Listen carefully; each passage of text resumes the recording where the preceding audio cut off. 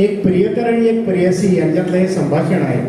पण या संभाषणाचं वैशिष्ट्य असं आहे की कॉमर्स किंवा जी वाणिज्य भाषा आहे त्यातील काही विशिष्ट शब्दांचा उपयोग करून हे काव्य रचलेलं आहे.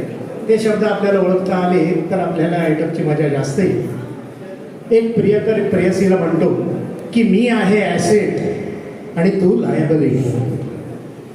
प्रियकर प्रेयसीला म्हणतोय मी आहे ॲसेट आणि तू लायबिलिटी. अगं तुझ्या सौंदर्याच्या क्रेडिटवर माझ्या हृदयाचं कॅपिटल. तुझ्या सौंदर्याच्या क्रेडिटवर माझ्या हृदयाचं कॅपिटल.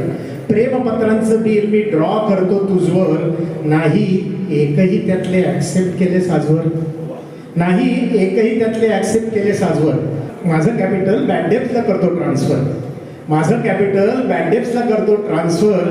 तरीही तूच क्रेडिटर आणि मी मात्र डेटर. तरीही तूच क्रेडिटर आणि मी मात्र डेटर.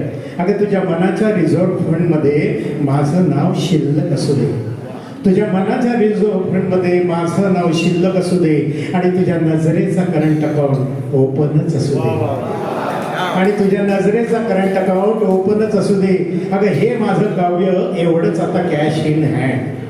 हे माझं काव्य एवढंच आता कॅश इन हँड. प्रेमाच्या व्यवहारामध्ये अजूनही मीच सॉल्व्हंट. प्रेमाच्या व्यवहारामध्ये अजूनही मीच सॉल्व्हंट. तुझ्याने माझ्या बिझनेसचं करू ॲमॅल्गमेशन.